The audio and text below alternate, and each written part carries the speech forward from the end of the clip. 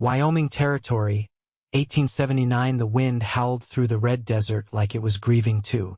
Harriet Zeller stood by the broken fence of her homestead, one hand pressed to the curve of her waist, the other shielding her eyes against the dust. Her dress clung to her legs, and her dark hair whipped across her face. Behind her, the little house she and Matthew had built leaned just slightly east, like it missed him too. Matthew had been gone 3 months, shot clean through the chest by a rustler who had mistaken him for a lawman. The man was caught, but that didn't bring back her husband. It didn't stop the cold nights or the silence at supper. And it sure didn't stop her 6-year-old son, Silas, from waking up screaming for his father. "Ma!" came a small voice behind her. She turned. Silas stood on the porch, feet bare and hair a mess. Behind him, her baby girl, Sarah, barely 3, clutched a ragged doll and looked up at her with eyes too big for such a small face. "I'm hungry," Silas said, quiet. "I know, sweetheart," Harriet replied, brushing her skirt and walking over to him. She ran her fingers through his hair, kissed the top of his head. "We'll eat soon. I promise." But she had lied. There was nothing left but a heel of bread and a few dried beans.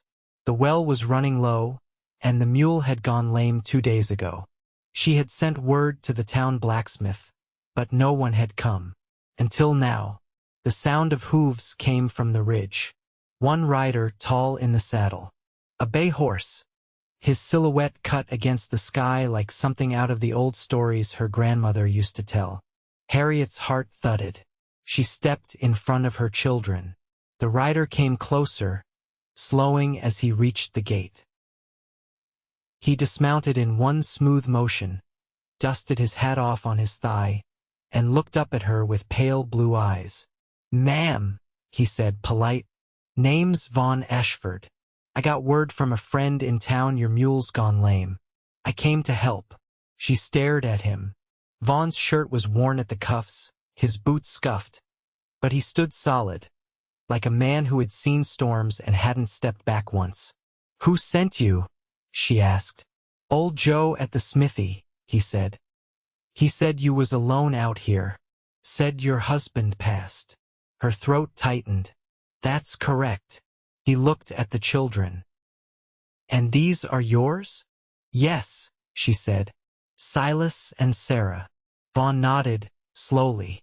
"Well, ma'am, I was headed through this way anyway. I'd be real grateful if you let me see to that mule, and whatever else needs fixing." Harriet hesitated, but Silas clung to her skirt, and Sarah leaned her head against her leg, tired and too quiet.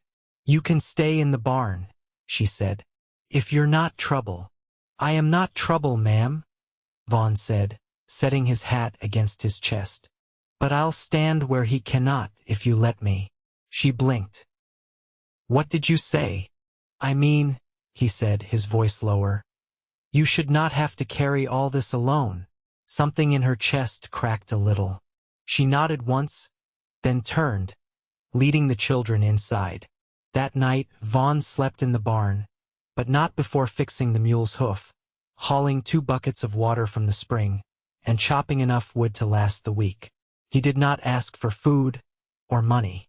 He just asked how old Silas was and if Sarah liked stories. Then he told one about a coyote who outsmarted a bear, and both children laughed. Harriet watched from the doorway, arms crossed, something sharp and scared and hopeful blooming in her chest. The next morning brought a little sun and the soft smell of coffee. She stepped outside to find Vaughn already up, feeding the mule and mending a broken fence post. "You are up early," she said. He looked over his shoulder. "Hard to sleep in a barn full of chickens." "You scared off the foxes," she said. He smiled. "Glad to be useful." She watched him a moment more.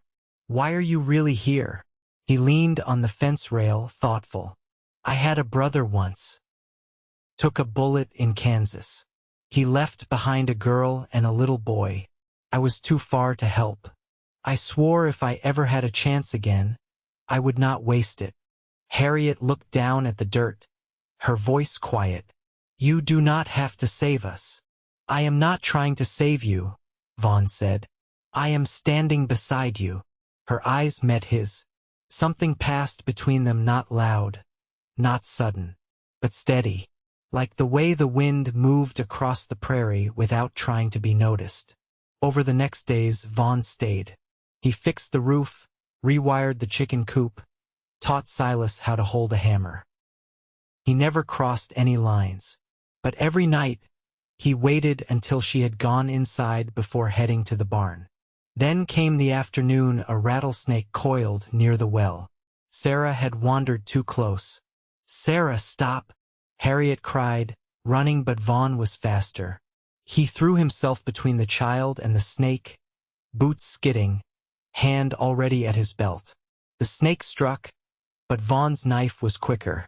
He scooped Sarah into his arms, held her tight until her sobs faded. Harriet reached them, breathless, clutching her daughter. You saved her. He looked at her, then not proud, not boasting. Just steady. I said I would stand where he cannot. That night, Harriet sat with Vaughn near the porch. The kids were asleep inside. The stars spread wide above them. You could leave, she said softly. You have done more than enough. I could, he answered. But I won't. She looked at his face, sun-worn, honest. Why? He leaned forward, elbows on his knees. Because I care, Harriet. About them. About you. Her breath caught. I never thought I would feel this again, she whispered. Neither did I, he said. She reached for his hand. He took it. And under the open sky, something began, not rushed, not forced, but real, quiet, steady, strong. The wind shifted warmer by early May, carrying the scent of sagebrush and the promise of rain. Harriet stood behind the house with a washboard at the creek's edge, sleeves damp past her elbows. Sarah sat nearby with her doll nestled in her lap, humming tunelessly. Silas helped Vaughn dig a new drainage trench along the west fence line, the boy's skinny arms straining with each scoop of the spade. You're pulling too shallow, Vaughn said, not unkind. If the water runs off too fast, it won't sink in. Try setting your weight down on it. Silas looked up, cheeks flushed. Like this. Better, Vaughn said, adjusting the angle of the blade in the boy's hands. Let the tool do the hard part. Harriet watched them from the creek, her hands moving on their own through the rhythm of scrubbing. She hadn't meant for Vaughn to stay this long, but each day laid itself down with its own reason. He never pressed, never asked for more than she offered. But he was present in the quiet way that mattered. Later, after supper, Vaughn stood just outside the open door, rolling his sleeves back down. Harriet dried a plate on a rag worn thin at the corners. The children had gone to bed early, worn out from chasing each other between rows of cabbage they'd planted that afternoon. You ever think about leaving this place? Vaughn asked, gaze fixed on some distant point past the low hills. Harriet set the plate down. I did once. Matthew wanted to try Colorado. Said the land near Trinidad was better for grazing. Her voice slowed. We never made it that far. Vaughn nodded, arms folded loosely. I tried mining in Leadville once. Thought I'd strike silver and never need to sweat again. Turned out I hated being underground. Most things worth having demand sweat, she said, stepping outside. The air had cooled, and a few stars blinked out from behind high clouds. Did you leave family behind? My mother passed before I was grown, he said. Father drank himself dull by the time I was out the door. My brother, he was the only one I had that ever looked me in the eye like I was worth something. Then you know what it's like, she said. To lose the one person who saw you proper. Vaughn didn't speak right away. Then, quietly, I do. They stood side by side, not touching, not needing to. The silence between them had changed, less hollow now, shaped by shared understanding. Harriet looked down at her hands. The land's too dry for wheat this year. I was thinking of trying squash. Might be foolish. No, it's smart, Vaughn said. It roots deep, holds water better than grain. She turned slightly, studying his profile in the twilight. When you speak, it's not just to fill space. I noticed that. He glanced at her, then away again. I don't like wasting words. That's something I've come to appreciate, she said. The quiet isn't so heavy when someone's sharing it with you. Vaughn's brow softened. I'll fix the south gate tomorrow. That post's splitting. I'll help, she said. You shouldn't do it alone.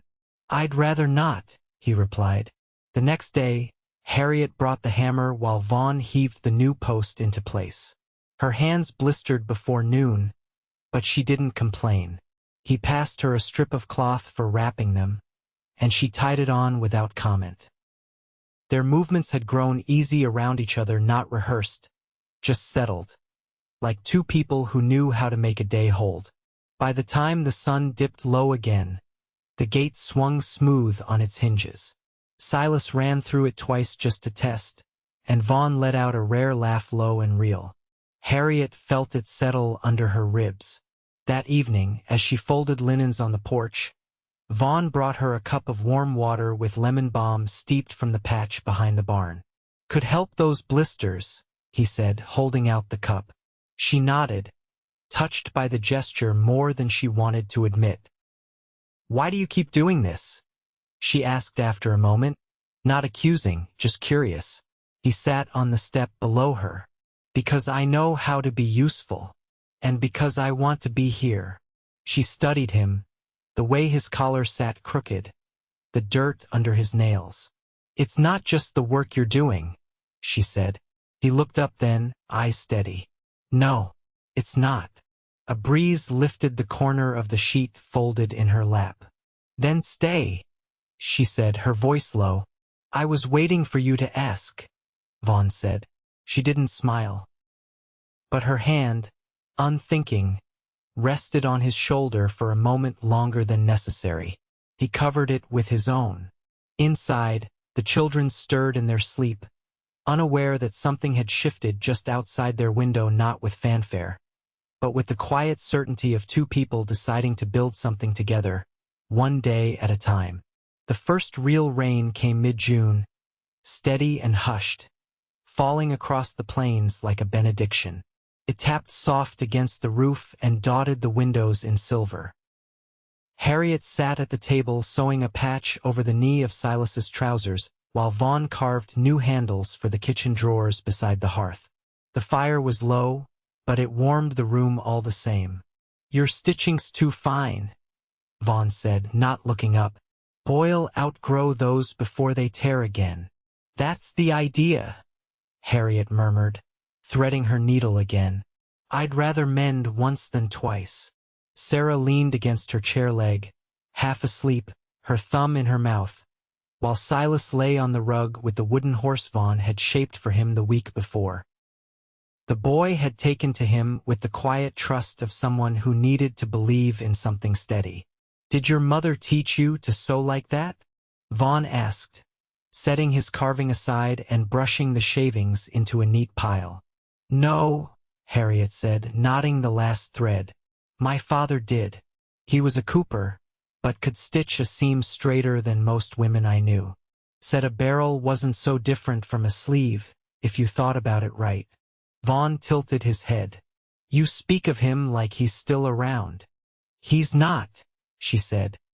He took ill when I was 16, but I remember his voice. I remember how he smelled like pine tar and tobacco. Vaughn nodded, then leaned back on his hands. You ever think of leaving this land behind? Not for survival, just for change. Harriet folded the trousers and set them aside. Sometimes when the wind's too loud at night, but then I hear the birds at dawn or see the way the grass moves when the sun's low, and I think, no, I'm meant to stay. You've made something here, Vaughn said. More than most men I've known with twice the means. She looked at him then, the firelight painting gold across his jaw. You stayed too. You didn't have to. I did, he said. Not because of obligation. Because I wanted to. Harriet rose to check the kettle, careful not to wake Sarah as she shifted. She poured the water over dried rosehip and set 2 cups on the table. Where were you before you came west? She asked, settling across from him. Virginia, he said after a beat. Shenandoah Valley. I was 16 when the war started. Too young to be clever, too old to stay out of it. I rode with the cavalry. Lost more friends than I can count. Did it change you? She asked. Not right away, he said, fingers curling around the cup. But afterward, when the land was quiet and the smoke gone, I couldn't look at a person without wondering what they'd lost. Harriet didn't speak for a moment. Then, quietly, You still think like that? I do, he said. I saw it in your eyes when I rode up that first day. Not fear, just someone carrying too much. She traced the rim of her cup. I didn't think anyone saw that. I did, he said. And I still do. The room settled into silence again. Not empty, but full of something unspoken and alive. The rain softened until it was little more than mist. That night, Harriet didn't send Vaughn back to the barn. She laid a pallet by the hearth, handed him a quilt folded from her mother's trunk, and said nothing more. He took it without a word, but his eyes lingered on hers, warm and sure. In the morning, Silas found them both tending to the coop, side by side, their boots sunk in the damp earth. The boy didn't ask questions. He just started feeding the hens like it had always been that way. Later, as they loaded straw into the loft, Vaughn brushed a bit of hay from Harriet's sleeve, his fingers trailing just a second longer than needed. You ever wonder, he said quietly, what it would have felt like if things hadn't gone wrong before? No, Harriet whispered, because I know what it feels like now. He didn't move closer, didn't press, but something in his expression eased, like a knot loosening after too long pulled tight. That evening, they sat on the porch as the sky turned violet and the last of the rain clouds vanished beyond the hills. Sarah slept curled against Harriet's lap. Silas leaned against Vaughn's side, his eyes half closed from the day's work. You're not standing where he cannot anymore, Harriet said softly. Vaughn looked at her. You're standing with me, she finished. I've been hoping you'd see that, he said. They didn't kiss, not then. But her hand rested on his knee, and his covered it without hesitation. The sun dipped behind the ridge, and the dark that followed wasn't heavy anymore. It was just night full of breath and promise. By early July, the cottonwoods along the creek had thickened with green, and the bees worked slow and fat between the squash blossoms. The days came longer now, and the air held the dry edge of heat that signaled a hard summer ahead. Harriet moved through it all with a steadiness that no longer felt like sheer will, but something sturdier, like a rhythm she and Vaughn had unconsciously built together. That morning, she found him in the small east field, adjusting the reins on the plow horse. He looked up when she approached, then reached for the canteen at his side and offered it. You ever worked cane before? He asked. She shook her head and took a sip. Matthew tried once. Poor soil and too many deer. Vaughn adjusted his hat against the sun. We've got better luck this side of the fence, but it'll need watching. You and I could take turns come August. She nodded, then stepped past him and checked the harness herself, fingers running along the worn leather. You ever think about starting over with someone? She asked, quiet. He didn't flinch. I used to picture it now and then, but the woman in my mind never had a name. Or children. She paused, looking out over the neat rows they'd planted together. And now, Vaughn's voice came low, steady. Now I see your name first. She didn't speak. She didn't have to. Her hand rested briefly at his elbow as she turned back toward the house. Inside, Sarah and Silas sat cross-legged on the floor, arranging a handful of flat stones into rows. Harriet knelt beside them and watched without interrupting. The quiet contentment on their faces wasn't something she had seen in a long while. Silas looked up. "Can Vaughn stay when winter comes?" She kept her eyes on the stones. "Would you want that?" He nodded. "He doesn't talk too much, but he fixes things. And he let me ride the horse last week." Sarah clapped her small hands. "He makes the best eggs." Harriet smiled in spite of herself. "We'll see." That evening, after the children were asleep and the last of the light clung to the horizon, Harriet stood by the open barn doors watching Vaughn oil the saddle straps. The scent of leather and linseed hung in the air. She leaned her shoulder against the frame. "You ever miss the road?" she asked. He didn't look up right away. "Sometimes, but not like I used to. I think I was just searching for something that felt like belonging." "And do you?" "I do now." She stepped inside slowly, brushing her fingers along the beam where the lantern hung. "You've been patient," she said. "Not many men would have waited this long without asking for anything." Vaughn stood and wiped his hands on a rag. "I haven't been waiting. I've been living. With you, with them. That's enough." Harriet's gaze met his. "You make things easier without saying much." "That's not something I thought possible. I never wanted to be someone who needed to explain his worth," he said. "I just wanted to show it." She took a breath, then crossed the space between them. Her hand found his, rough and warm from the work. "I never thought I'd feel safe again," she said. "But I do. When you're near." Vaughn's jaw tightened slightly, and his hand closed around hers. "I've been yours every day since I stepped off that horse," he said. She leaned forward, resting her head against his chest.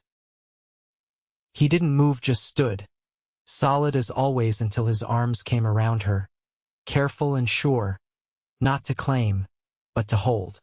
Outside, the breeze shifted, carrying the scent of sage and sun-warmed earth. The light had gone, but the barn glowed with a quiet dusk, and inside it, two people stood wrapped in something that had grown not from words, but days. And finally, with nothing more said, Harriet lifted her face, and Vaughn kissed her once, slow and certain as if it had never been in question. The last of the summer tomatoes ripened under a haze of late August heat. Harriet moved through the rows with a woven basket on her hip, brushing leaves aside with the back of her hand. The sun pressed down like a wool blanket, but the soil was rich and the vines full. She could almost hear her father's voice saying, "If it grows heavy, it's giving you something." From the barn, Vaughn emerged with a coil of rope slung across his shoulder and a fresh nick along his forearm. Silas trailed behind, clutching a tin pail filled with eggs. "You get the latch fixed?" Harriet asked without looking up. "Mostly," Vaughn said, glancing at the bead of blood near his elbow.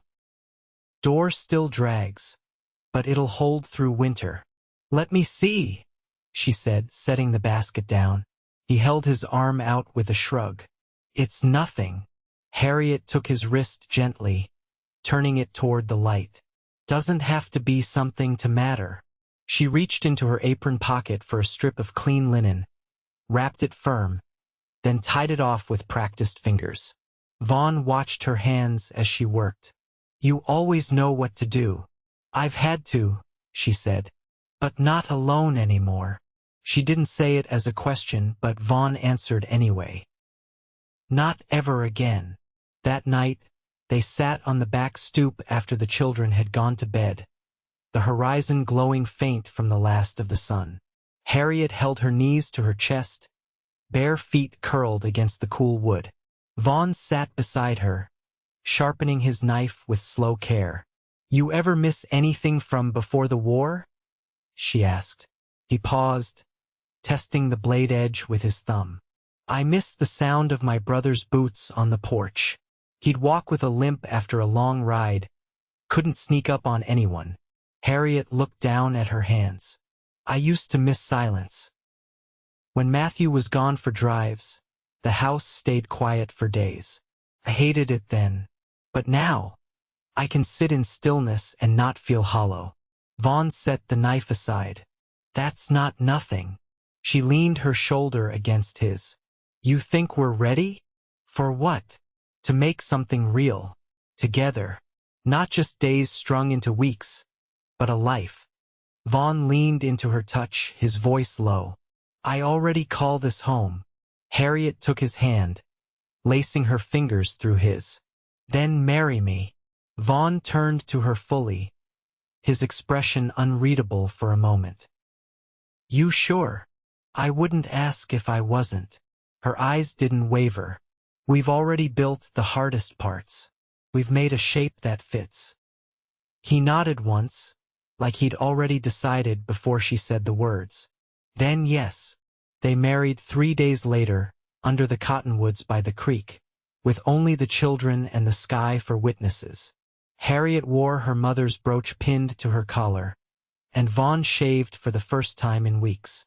Silas stood tall behind them, holding Sarah's hand, both dressed neat as they could be. Afterward, they shared bread and preserved peaches out under the open air, and Vaughn carved a small ring from juniper wood, fitting it gently onto Harriet's finger. She didn't cry, but her voice caught when she thanked him. Winter came early that year, lacing frost across the windows by mid-October. But the house held warmth now steady and earned.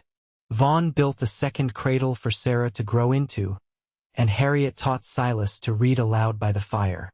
They traded with neighbors more often, and each trip into town ended with someone calling Harriet Mrs. Ashford, like it had always been that way. At night, after the lamps were out and the children asleep, Harriet would lie with her head on Vaughn's chest, the steady beat of his heart beneath her ear. They spoke less then, but it didn't matter. The silence no longer pressed, cradled. Years passed, and the land bore them plenty. One spring, a third child came, a girl with Vaughn's eyes and Harriet's quiet steadiness. They named her Ruth after nobody, just a name that felt right. Harriet never left the homestead. She didn't need to. The life she'd once tried to hold together by sheer grit had grown into something whole. Not easy, but whole. And Vaughn never rode out again. He still kept his saddle clean, his rifle oiled, but his place was beside her in the fields, at the table, in the slow hush of their shared nights.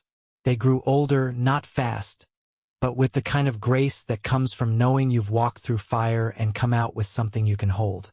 And they were in love every single day until the end.